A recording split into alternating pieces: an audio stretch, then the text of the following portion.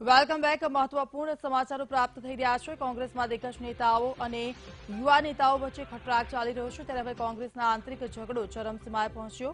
કોંગ્રેસના નારાજ સભ્યોને લઈને ગ્યાસુદ્દીન શેખે પ્રહાર કર્યા। ગ્યાસુદ્દીને પક્ષમાં સિનિયર યુવા વચ્ચે ખટરાગનો સ્વીકાર કર્યો છે। ધારાસભ્ય ગ્યાસુદ્દીન શેખે સિનિયર નેતાઓ પર પ્રહાર કરતા જણાવ્યું કે આપણાવાળા નેતાઓ સરકારે તો લોકસભામાં 15 સીટો જીતીશું। અમિત ચાવડા ધાનાણીના નેતૃત્વ હેઠળ 15 સીટો જીતીશું। સાથે જ તેમણે જણાવ્યું જે નેતાઓ પોતાની બેઠક ન બચાવી શક્યા તે નેતાઓ લોકસભા જીતાડવાની વાતો કરે છે। આ ઉપરાંત તેમણે જણાવ્યું કે કોંગ્રેસ કોઈ નેતાની જાગીર નથી, કોંગ્રેસને કાર્યકર્તાઓ ચલાવે છે।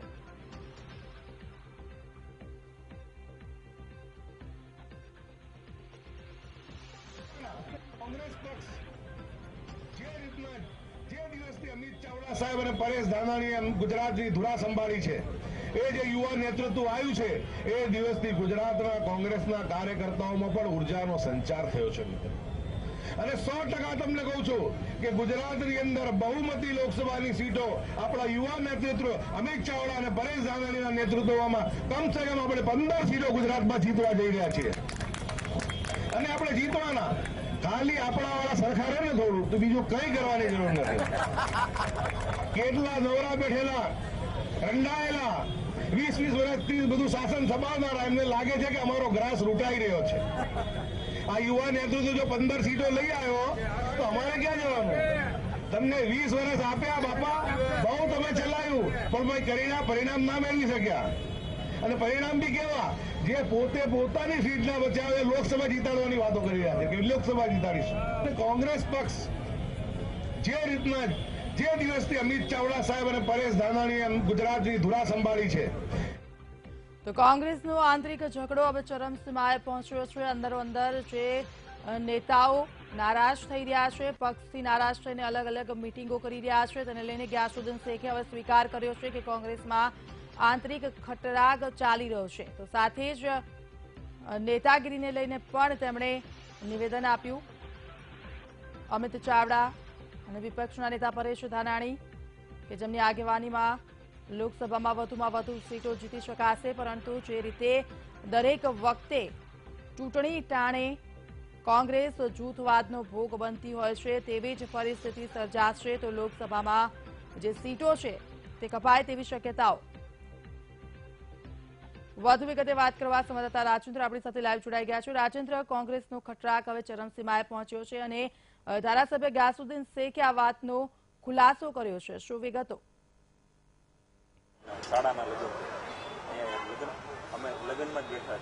લોકસભા ચૂંટણી પહેલા કોંગ્રેસના જુનિયર અને સિનિયર નેતાઓ વચ્ચે ખટરાગ ઉભો થયો છે એવું સ્ટેટમેન્ટ કોંગ્રેસના ધારાસભ્ય ગ્યાસુદ્દીન શેખ દ્વારા આપવામાં આવી રહ્યું છે।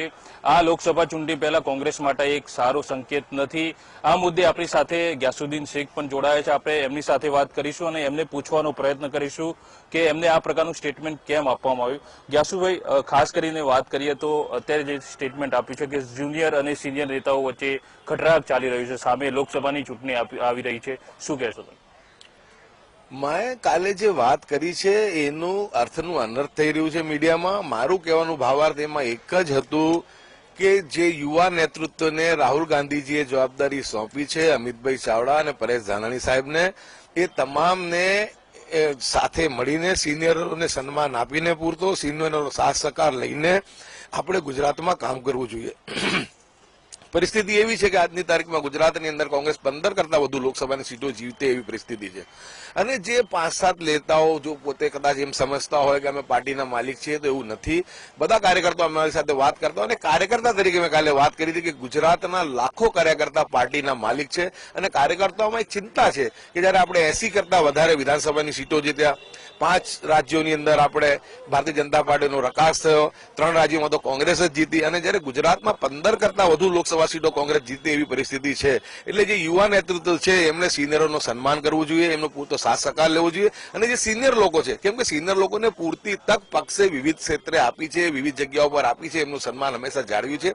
હવે જયારે યુવા નેતૃત્વને રાહુલજીએ જવાબદારી સોંપી છે અને રાહુલજીને આપણે દેશના વડાપ્રધાન બનાવવાની જે ગુજરાતના કોંગ્રેસનો થનગની રહ્યા છે.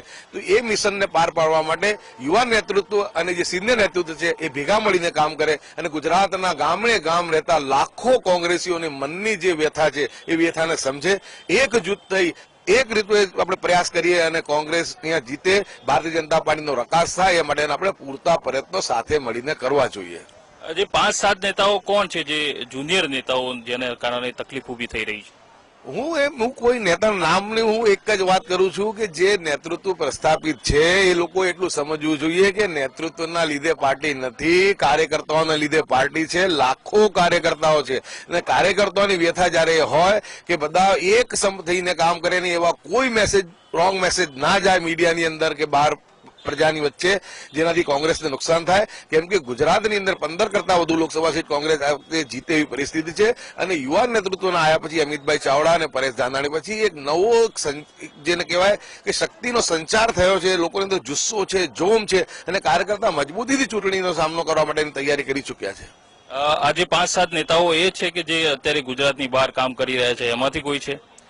મારે જે હોય, જે મેં વાત કરી કે જે 5-7 પ્રસ્થાપિત નેતા છે એમાં યુવા નેતૃત્વ બી આવી ગયું અને સિનિયર નેતૃત્વ બી આવી ગયું. બધાની હું વાત કરું છું. જે નેતૃત્વ છે, જે હાઈકમાન્ડ કહેવાય છે, એ એવું કોઈ કામ ના કરે જેનાથી કાર્યકર્તાને મનમાં ઠેસ પહોંચે, એમને દુઃખ થાય. કાર્યકર્તાઓ હજારો કેસોનો પોલીસનો સામનો કરી રહ્યા છે. ભારતીય જનતા પાર્ટી સામે 22 વર્ષથી સતત લડી રહ્યા છે. કાર્યકર્તાઓની એક જ ઈચ્છા છે કે હવે કેન્દ્રમાં પાછી કોંગ્રેસની સરકાર આવે ને રાહુલજી વડાપ્રધાન બને અને જયારે કાર્યકર્તાઓ થનગનતા હોય એવા સમયની અંદર એવું કોઈ પણ કૃત્ય ના થાય કે જેનાથી કાર્યકર્તાના મનોબળ પર અસર થાય. બીજી એક તમે વાત કરી હતી કે જે લોકો વિધાનસભા ન જીતાડી શક્યા એ હવે લોકસભા જીતાડવાની વાત કરે છે. શું કોણ આ સીધો સંકેત કોના ઉપર આક્ષેપ છે? મારી વાત એમ નથી. મારી વાત એમ છે કે જયારે આપણે લોકસભાની ચૂંટણી જીતવા માટે મિટિંગ કરતા હોઈએ તો એના માટે શ્રેષ્ઠ વસ્તુ છે પ્રદેશ કાર્યાલય. પ્રદેશ કાર્યાલય પર તમામ શીર્ષ નેતૃત્વને ભેગા કરવા જોઈએ અને સિનિયર નેતાઓ પણ આજે ભાજપને હરાવવા માટે એ જયારે મિટિંગ કરતા હોય, પ્રયાસો કરતા હોય તેમાં કાંઈ વાંધો નથી, કરવું જોઈએ, ભાજપ સામે લડવું જ જોઈએ. પરંતુ તમામ નેતાઓ હાજર ના હોય અને કોઈ ગુપ્ત જગ્યાએ મિટિંગ થાય તો એનાથી મેસેજ રોંગ જતા હોય છે. એમની ભાવના 100% સિનિયર નેતાઓની સારી હતી કે કોંગ્રેસને અહીંયા વિજય થાય, ભાજપને હરાવીએ, એના માટે ભેગા થયા હતા. પરંતુ તમામ જે શીર્ષ નેતૃત્વ બધા ભેગા મળીને વિચાર મંથન કરે તો હું માનું છું કે 100% ગુજરાતની અંદર 15 કરતા વધારે સીટો કોંગ્રેસ જીતવાની છે. આના પરથી તમને લાગી રહ્યું છે કોંગ્રેસમાં મોટો જૂથવાદ ચાલી રહ્યો છે જેનું નુકસાન કોંગ્રેસ પાર્ટીએ ભોગવવું પડી રહ્યું છે? જૂથવાદ નથી. જે વાત છે એટલી જ વાત છે કે જે કોમ્યુનિકેશન ગેપ હોવું થાય છે એ ના રહેવું જોઈએ. શીર્ષ નેતૃત્વ જે છે, સિનિયરો જે છે, યુવા નેતૃત્વ છે, બે સમન્વય કરીને વ્યવસ્થિત રીતે કામ કરે. કેમ કે લાખો કાર્યકર્તાઓની કારકિર્દીનો સવાલ છે. લાખો કાર્યકર્તાઓની જે છે એમની કેરિયરને, એમના જે છે, એમના જે વિચારો છે, જે એમના મનમાં ભાવના છે રાહુલજીને વડાપ્રધાન બનાવવાની, એની અંદર ઠેસ ના પહોંચે, એ કમજોર ના પડે એ માટે બધાએ ભેગા મળીને કામ કરવું જોઈએ. એકબીજાનું સન્માન જાળવે, એકબીજાને સમર્થન કરે અને કોંગ્રેસ ગુજરાતની અંદર ઝળહળતો કોંગ્રેસનો વિજય થાય એ જ ખાલી કાર્યકર્તાઓની માંગણી અને ડિમાન્ડ છે. તમને એવું નથી લાગતું કે જે યુવા નેતાઓ જે આવ્યા છે અને જે રીતે કામ કરી રહ્યા છે તેનાથી જે સિનિયર નેતાઓ છે એ અનસિક્યુરિટી ફીલ કરી રહ્યા છે અથવા તો એવું વિચારી રહ્યા છે કે ભાઈ અમારો જે હોદ્દો છે, અમારો જે પાવર છે એના ઉપર આ જુનિયર નેતાઓ કબજો કરી લેશે, એવું તમને લાગી રહ્યું છે? એવું નથી. કોંગ્રેસની અંદર વિવિધ જગ્યાઓ પર બધા જ નેતાઓને પૂરતી તકો આપવામાં આવી છે. પરંતુ જયારે થોડી ઘણી જે કમી રહી એ પછી રાહુલજીએ નિર્ણય કર્યો કે હવે મારે યુવા નેતૃત્વને સોંપવું છે અને સિનિયરોનો સાથ લેવો છે. તમે જોયું કે સિનિયર છે અશોક ગેહલોતજી એમને મુખ્યમંત્રી બનાવ્યા રાજસ્થાનમાં, યુવા છે સચિન પાયલોટ એમને ડેપ્યુટી સીએમ બનાવ્યા, મધ્યપ્રદેશના મુખ્યમંત્રી જે બનાવ્યા એ પણ સિનિયર છે. એટલે સિનિયરોનો પૂરતો ઉપયોગ કરવાની રાહુલ ગાંધીજીની અને પક્ષની સીધી લાઈન છે. પરંતુ યુવા ઉર્જાનો પણ ઉપયોગ કરવાની એક લાઈન છે. જે રીતના સચિન પાયલોટને રાજસ્થાનની અંદર પ્રદેશ અધ્યક્ષ બનાવવામાં આવ્યા હતા અને જયારે મુખ્યમંત્રી બનાવવાની વાત આવી ત્યારે એક સિનિયર માણસને મુખ્યમંત્રી બનાવ્યા અશોક ગેહલોતજીને. એટલે રાહુલ ગાંધીજી જુનિયર સિનિયરમાં નથી માનતા, એ નવા લોકોને પણ ઇન્ટ્રોડ્યુસ કરવા માંગે છે અને સારી રીતે આખા દેશની અંદર કોંગ્રેસ પાર્ટી નવેસરથી ઉભી થાય અને 2019ની જે ચૂંટણીઓ આવવાની છે એની અંદર કોંગ્રેસનું શાસન આવે એ માટેના જે રાહુલજી આખા દેશમાં ખૂણે ખૂણે ફરીને પ્રયાસ કરી રહ્યા છે એ જ રાહુલજીના જે પ્રયાસો છે એને બળ આપવા માટે, એને વધુ મજબૂત કરવા માટે તમામે બિલકુલ એક સાથે મળીને કામ કરવું જોઈએ અને પાર્ટીને 100% અહીંયા વિજય મળવાનો છે.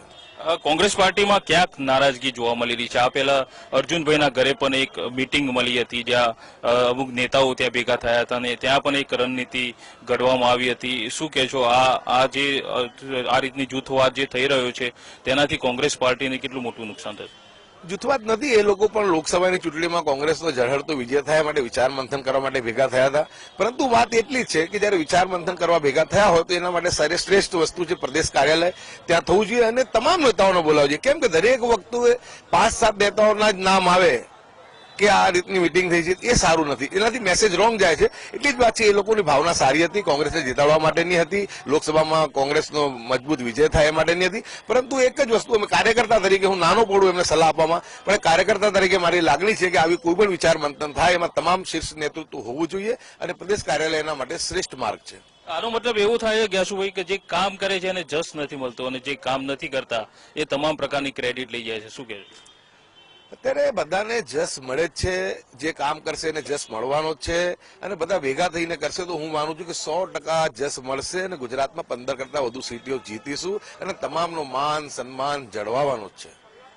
તમારું આ પ્રકારનું જે સ્ટેટમેન્ટ છે, અત્યારે તમારી જે નારાજગી છે એવા અનેક ધારાસભ્યો અથવા કાર્યકર્તાઓમાં નારાજગી હશે, તો આ વિશે હાઈકમાન્ડ કઈ વિચારશે કે આગળ કઈ રણનીતિ બનાવશે અથવા તો કોઈ એવું આયોજન કરશે કે જેથી આ પ્રકારની બાબતો સામે ના આવે? અમારી નારાજગી નથી. મારી જે કહેવાની વાત હતી, હજારો કાર્યકર્તા અમારી સાથે સંપર્કમાં હોય છે. કાર્યકર્તાઓની એક જ માંગણી હોય છે કે આટલું સુંદર વાતાવરણ ગુજરાતની અંદર છે, આપણે સારામાં સારો દેખાવ કરી શકીએ એમ છીએ, ત્યારે આપણી વાત આપણે નેતાઓને પહોંચાડવી જોઈએ. કેમ કે પાર્ટીના માલિક નેતાઓ નથી હોતા, પાર્ટીના માલિક કાર્યકર્તાઓ છે ને. લાખો કાર્યકર્તા ગામમાં ખૂણે ખૂણે કોંગ્રેસના કાર્યકર્તાઓ પથરાયેલા છે. તમામની એક જ માંગણી, એક જ લાગણી છે કે એવું કોઈ મેસેજ જેને રોંગ ના જાય, જેનાથી એવું લાગે કે કોંગ્રેસની અંદર કંઈક અસંતોષ છે. ભૂતકાળમાં જેટલી ચૂંટણી થઈ એના હકારાત્મક પરિણામો નથી મળ્યા, એનું મતલબ એવું કે આંતરિક વિખવાદના કારણે એના પરિણામો ઉપર અસર થઈ છે? પરિસ્થિતિ બિલકુલ આખી અલગ હતી. ગુજરાતની અંદર એક જાતનું ધાર્મિક ધ્રુવીકરણ કરીને મોદી સાહેબે શાસન ચલાવ્યું.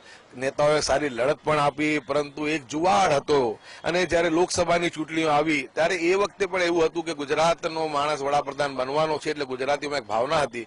પણ જયારે ગુજરાતનો વડાપ્રધાન બન્યો અને જે રીતના એમણે જીએસટી, નોટબંધી, બેકારી, મોંઘવારી, સરહદોની જે પરિસ્થિતિ છે, એટલે લોકોને ખ્યાલ આવી ગયો કે આપણા વડાપ્રધાન છે એક સારા, જેને કહેવાય કે એક નાયકની જેમ દિલીપ કુમાર હોય કે અમિતાભ બચ્ચન હોય, એ પ્રમાણે બહુ સારી રીતે ડાયલોગ ડિલિવરી કરી શકે છે. પરંતુ લોકોને ખ્યાલ આવી ગયો કે શાસન કરવાની ક્ષમતા ભારતીય જનતા પાર્ટીમાં નરેન્દ્ર મોદીજીમાં નથી.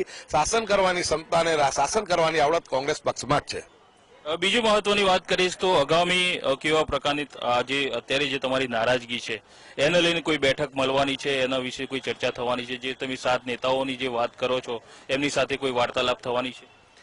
વાર્તાલાપ અમે અમારી વાત હાઈકમાન્ડને પહોંચાડીએ જ છે. અમારો એક જ સંદેશ છે, અમારી કોઈ નારાજગી નથી. અમારી એક જ સંદેશ છે કે બસ બધા એક સંપ થઈને રાહુલજીને વડાપ્રધાન બનવા માટે લાગી જાઓ. અને એ માટે અમે જ્યાં પણ એવું કંઈ લાગશે કે કંઈક થઈ રહ્યું છે બરાબર નથી, ત્યાં અમે 100% એની અંદર અમે ધ્યાન દોરીશું. અને મને વિશ્વાસ છે કે બધા એક છે ને એક થઈને ચૂંટણી લડીશું અને સારા પરિણામો મેળવીશું.